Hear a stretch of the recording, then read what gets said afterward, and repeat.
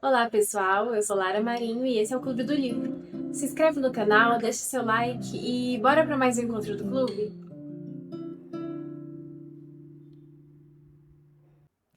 Olá pessoal, hoje a gente vai falar do último capítulo do livro Em Defesa da História, da Ellen Wood, que eu separei. A gente primeiro falou do primeiro capítulo, onde a Ellen Wood mesmo vai apresentar o tema, ela vai falar sobre a questão do pós-modernismo. Eu fiz um vídeo sobre esse assunto.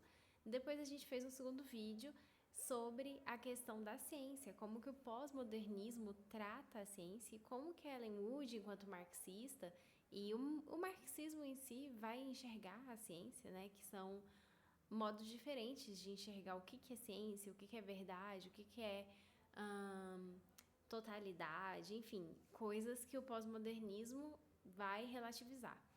E por fim, a gente vai falar aqui do capítulo, eu não sei se é o terceiro capítulo, mas o terceiro capítulo que eu escolhi, que é o capítulo Pós-modernismo, Feminismo e Marxismo, da Carol Stabile, ou Carol Stabile, não sei, enfim, depende aí da sua pronúncia.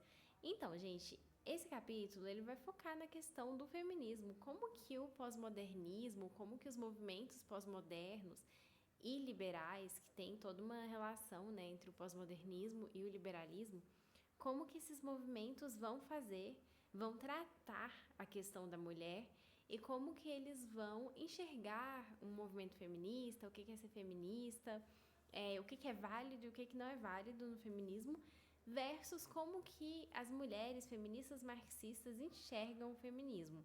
E aqui é óbvio que a gente está falando de duas vertentes, porque o feminismo ele não é algo. Não tem como a gente fazer um recorte total do feminismo. A gente precisa pensar que é necessário sim ter vertentes, porque existem diferentes mulheres, diferentes culturas e nessas diferentes culturas as mulheres elas vão ser oprimidas de formas diferentes. Então, a história do feminismo, inclusive brasileiro, não é a mesma história, não é a mesma construção, não são as mesmas demandas, as mesmas pautas que as mulheres de outros países, como por exemplo dos Estados Unidos ou de outros países que não sejam latino-americanos, enfrentam, né? Igual as mulheres africanas, elas vão ter as mesmas demandas. As mulheres muçulmanas, elas têm as mesmas demandas. Então, cada povo, cada religião, cada cultura vai ter a sua forma de ver quais são as opressões ali, para a partir disso pensar como que as mulheres podem se organizar e lutar, sabe? Então é necessário mesmo ter vertentes dentro do feminismo, mas existem algumas vertentes que elas vão deturpar o feminismo e elas vão fazer com que o feminismo seja descaracterizado, né? Por exemplo, o feminismo liberal é uma vertente de descaracterização do movimento feminista enquanto movimento, porque o feminismo liberal ele vai pregar a emancipação feminina individual. Então, se a mulher, a partir de ganhos individuais, conseguir se emancipar para o movimento feminista liberal, isso é feminismo. Diferente do feminismo marxista, que é um feminismo de classe, que ele vai olhar a mulher enquanto classe na sociedade, mas também inserida em outros contextos, inclusive no contexto de classe econômica, né, social. Então, o feminismo marxista ele não vai achar que o ideal a ser alcançado é a emancipação econômica feminina de uma ou outra mulher que vão conseguir, nessa estrutura capitalista, prosperar. Não, a gente sabe que não é assim que funciona, né? Porque nós partimos de um princípio de coletivo. Então, a nossa luta é coletiva, nós não temos aspirações individuais, nós temos aspirações coletivas.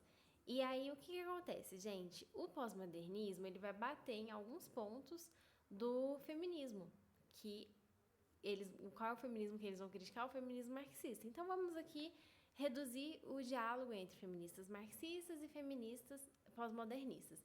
O pós-modernismo ele vai criticar a ideia de totalidade.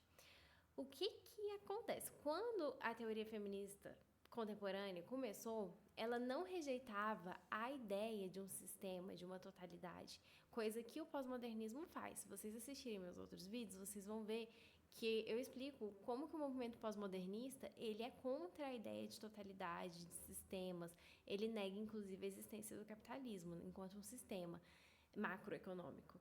E aí, enfim, eles, a partir dessa perspectiva, o feminismo contemporâneo, quando ele surgiu, ele tinha a ideia mais sistemática. Ele surgiu usando-se, apropriando-se de uma palavra muito importante para definir qual era o sistema sobre o qual as mulheres vivem. E esse sistema nós chamamos de patriarcado. Então, quando a gente fala que as mulheres são oprimidas, a gente fala que a raiz dessa opressão é um sistema patriarcal, um sistema onde os homens foram educados desde criança, e é algo cultural, é algo que é social e também passa-se para a questão econômica, né? O patriarcado ele anda de mãos dadas como o capitalismo. Enfim, um sistema em que sistematicamente as mulheres são tidas como uma série de estereótipos do que é ser mulher e são inferiores, né? A questão é elas serem inferiores em relação aos homens.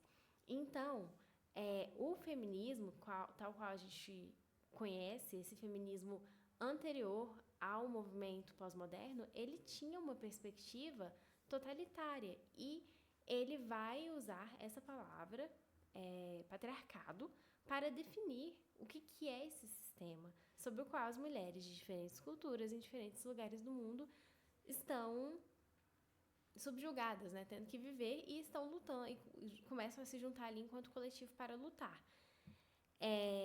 Então, a partir dessa perspectiva, as mulheres têm opressões próprias e interesses próprios para combater, organizando-se enquanto uma classe que, no caso do feminismo marxista, é uma classe revolucionária distinta. E aí a questão é, o pós-modernismo ele vai bater de frente com isso, ele vai bater de frente com a ideia de que existem sistemas, então, que existem totalidades, então, para eles, as opressões elas são individuais. Cada pessoa tem a sua própria história, a sua própria opressão. Existem muitas questões subjetivas que moldariam essa história. E aí, enfim, né? Eu tenho até uma plaquinha, uma foto de uma plaquinha que eu gosto muito, que é: se todas, todos e todes estão lutando contra a opressão, quem é a opressão, né? Quem faz a opressão? Então, o pós-modernismo ele tem essa tendência de não perceber o patriarcado enquanto uma problemática e perceber que quem oprime as mulheres são os homens, sabe? E aqui a gente não está fazendo juízo de valor, dizendo, os homens são maus, morte, caça aos bruxos. Não. O que a gente está fazendo é reconhecendo que, sistematicamente, os homens são ensinados que eles são superiores, que eles são mais inteligentes, que eles têm capacidades e habilidades que as mulheres não têm, intrinsecamente não têm, e que, portanto, eles têm o direito a deter poder sobre essas mulheres. Isso é algo que é ensinado, inclusive o feminismo, em uma perspectiva mais séria, o que ele mais vai bater de frente é contra a violência doméstica, é contra a violência que as mulheres passam, violência sexual, violência doméstica. Então, reconhecer isso não é colocar os homens em uma caixinha de essência. Nós somos contra a ideia de essência, de que as pessoas são essencialmente assim ou assado. Nós reconhecemos que nós somos estruturalmente ensinados a ser assim ou assado. E aí entra a segunda questão que o pós-modernismo vai bater bastante de frente, que é a questão do essencialismo, né? Que ao mesmo tempo que eles batem de frente, eles acabam reforçando o essencialismo. E aqui eu vou ler para vocês. Na década de 80, 1980, o debate na teoria feminista girou em torno do essencialismo. O argumento de que há algum fundamento para a categoria mulheres baseado na natureza feminina era algo que as feministas batiam de frente. De que há, por exemplo, nós somos mulheres porque nós somos femininas, porque nós somos mais passionais, enquanto os homens são mais racionais. Então, essa coisa de buscar uma essência feminina é algo que o feminismo batia de frente. E logo, o feminismo era anti-essencialista. O argumento de que as mulheres constituem uma categoria historicamente específica e socialmente construída. O que isso quer dizer? Que diferente de enxergar as mulheres enquanto uma essência, quase que uma alma feminina, um algo que subjetivamente faz com que as mulheres sejam mulheres por causa de uma série de estereótipos, inclusive, que nem se confirmam em diferentes culturas, a gente percebe que as mulheres elas são construídas a partir de uma categoria histórica específica.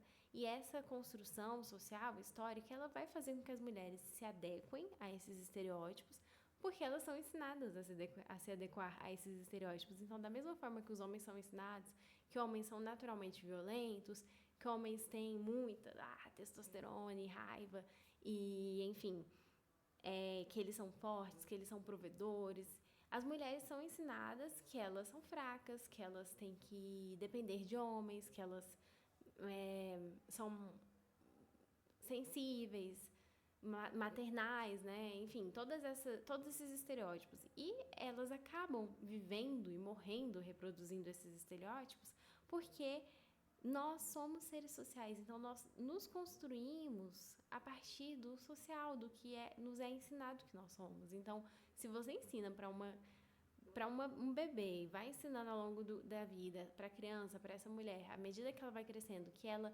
é aquilo e que ela tem que seguir aqueles estereótipos, por mais que ela possa ter a sua individualidade, a sua personalidade, ela pode ser mais extrovertida, mais introvertida, mas ainda assim ela vai acreditar que algumas características essenciais daquele estereótipo fazem parte dela. Então, o feminismo, a partir da década de 80, ele vai bater de frente com isso e vai falar, olha, não, nós não somos, não existe isso de essência feminina, nós não somos, nós somos anti-essencialistas e nós percebemos o mundo a partir dessa teoria do patriarcado e é isso aí. E aí o que acontece? O anti-essencialismo surgiu então como uma teoria emancipatória das mulheres da prisão do essencialismo biológico. Mas, e aqui eu cito o texto, as tendências correntes no feminismo estão dissolvendo a categoria mulher e transformando-a em um construto discursivo tão fragmentado e variável que é difícil compreender como o mesmo poderia servir de base a um projeto político. Então, se a gente não consegue perceber as mulheres enquanto seres biológicos sociais que se formam a partir dessa construção, que é uma construção patriarcal, a gente acaba perdendo sobre o que a gente está lutando, sabe? Se a gente não consegue definir quem são os opressores, a gente não consegue definir quem são as mulheres, a gente não consegue definir nada. Então, a gente perde a luta. Então, essa é a questão do pós-modernismo em todas as esferas. O pós-modernismo, ele não consegue, ele esvazia qualquer definição de qualquer coisa, e aí, a partir disso, a gente não consegue ter pautas para lutar. A gente não consegue ver as coisas a partir de questões sociais, questões sistêmicas. Então, o projeto feminismo torna-se vago. Há hoje feministas anti-aborto, feministas religiosas, liberais, etc. Então, o feminismo ele se torna uma palavra vazia. Qualquer mulher pode falar que ela é feminista. Eu sou feminista porque, sei lá, como se fosse um traço da personalidade da pessoa. Às vezes uma mulher que é muito que é muito espalhafatosa, ela já acha que ela é feminista porque ela chega chegando. E aí ela fala, não, mas o aborto, não. Ou, feministas extremamente religiosas, que acreditam que a mulher tem que ser subjugada, que faz parte do papel feminino por causa que o livro sagrado daquela religião fala que as mulheres são naturalmente inferiores. Ela fala, eu acredito sim que as mulheres são naturalmente inferiores porque a minha religião diz isso, mas eu sou feminista. Infelizmente, não dá. Ou um ou outro. Ou você é feminista e você acredita na emancipação feminina, de fato, ou você acredita que as mulheres são inferiores. Porque se você acredita que as mulheres são naturalmente, essencialmente inferiores, então é impossível você defender qualquer tipo de emancipação feminina. Então, por isso que o movimento feminista pós-moderno, ele é esvaziado de sentido. Não há sobre o que lutar. Ele é mais uma identidade. Resultado disso, a impossibilidade de identificar o sistema contra o qual as mulheres têm que lutar ou os instrumentos revolucionários com os quais lutar, né? Se a gente não tem nenhuma capacidade de identificação de contra o que a gente está lutando, a gente não consegue traçar estratégias de como lutar. E aí, qual que é a relação disso com o capitalismo? O feminismo marxista, ele vai ser boicotado, enfim, gente, ele vai ser cortado aí da possibilidade de ser um feminismo válido para as pós-modernas, e no lugar dele vai se exaltar um feminismo de resistência à la Madonna. Um feminismo na época, né? Porque a Carol aqui, ela tá falando desde a época de 80, mas a gente pode pensar em hoje mulheres que representam esse feminismo, como sei lá, a Beyoncé, que são mulheres que são individualmente, elas buscam aí uma força, uma emancipação com muitos limites, né? Com muitos limites. Mas é um feminismo que ele é muito mais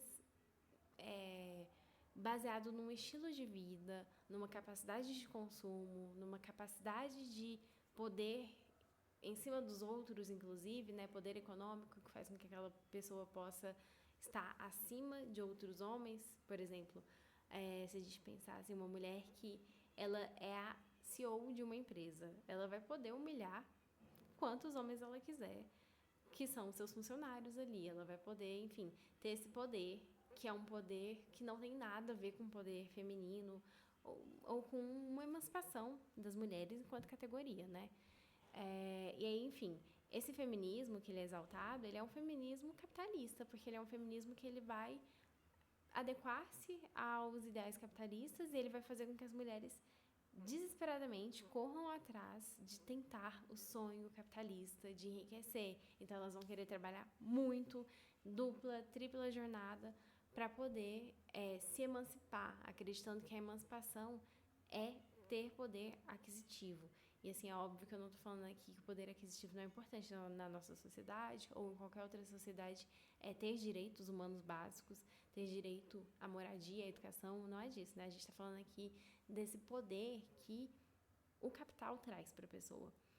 E, por outro lado, o feminismo marxista vai ter toda uma campanha de difamação do feminismo marxista, e ele vai ser rejeitado por uma suposta virulência machista inerente ao marxismo, né? As mulheres, os homens, enfim, os teóricos do feminismo pós-moderno, eles vão defender que o feminismo marxista, por ter como base uma teoria que foi feita por um homem, é inerentemente machista. E aí, inclusive, sempre que as pessoas querem difamar a teoria marxista, elas buscam a história do Marx e falam, porque o Marx ele foi opressor com as mulheres da época dele. Nanana.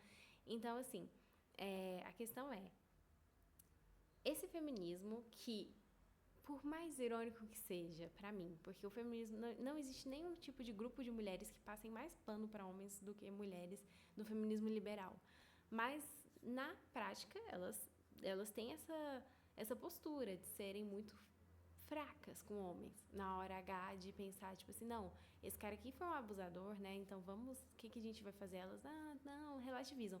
Mas para pensar na teoria marxista, elas falam, mas eu não leio, não vou ler uma teoria que foi feita por um homem, porque nananã. Então, assim, é um discurso muito raso, sabe? Mas é o discurso que é usado e é um discurso que dá certo, que muitas pessoas vão no caminho oposto ao feminismo marxista por ser um feminismo que tem como base teórica Marx, mas não só, obviamente, que existem várias outras teóricas e teóricos, né, no marxismo, que são muito importantes para percepção social do que é a nossa sociedade, do que é o capitalismo, do que é o patriarcado.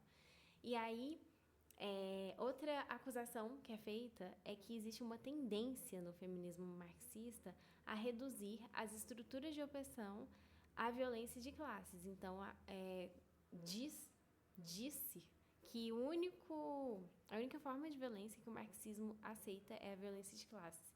E, assim, é muito importante a gente perceber que não é porque, a partir de uma perspectiva materialista, histórica e dialética, a gente vê a classe social como um fator determinante da vida e que a gente percebe que nosso sistema ele é baseado na questão econômica. Então, é óbvio que a classe social ela vai moldar a nossa vida. Uma pessoa que trabalha na escala 6x1, 90% da vida dela ela é doada para essa questão, que é uma questão econômica. Então, existem as outras opressões? É claro que existem. Por exemplo, essa pessoa que vive essa escala, 90% das pessoas que vivem essa escala são pessoas pretas, pardas, são mulheres. Então, assim, é óbvio que essas questões elas vão influenciar. Mas a nossa questão é o pilar principal de se pensar numa emancipação é o fim do capitalismo, isso é um fato. Mas também temos que pensar que, atrelado a isso, a esse sistema capitalista, que é um sistema inerentemente patriarcal, inerentemente racista, nós precisamos pensar nessas outras formas também de luta. Então, não é real que o feminismo marxista vai falar só de classe social. Ele vai falar também da nossa categoria, né, de mulheres, dessa classe. E aqui citando, é inegavelmente verdade que o materialismo histórico coloca as relações de produção nos alicerces da sociedade. Nada há de simples ou dedutivo na maneira como essas relações estruturam a opressão. Muito ao contrário, os estudos históricos materialistas, em vez de analisar apenas uma forma de opressão, como o sexismo, o racismo, a homofobia, estudam a maneira como todas elas funcionam dentro do sistema que envolve o domínio de classes. Então, os pós-modernos, eles vão se tornar muito identitários porque muitas vezes eles vão pensar eu sou gay e essa é a minha identidade, essa é a minha opressão.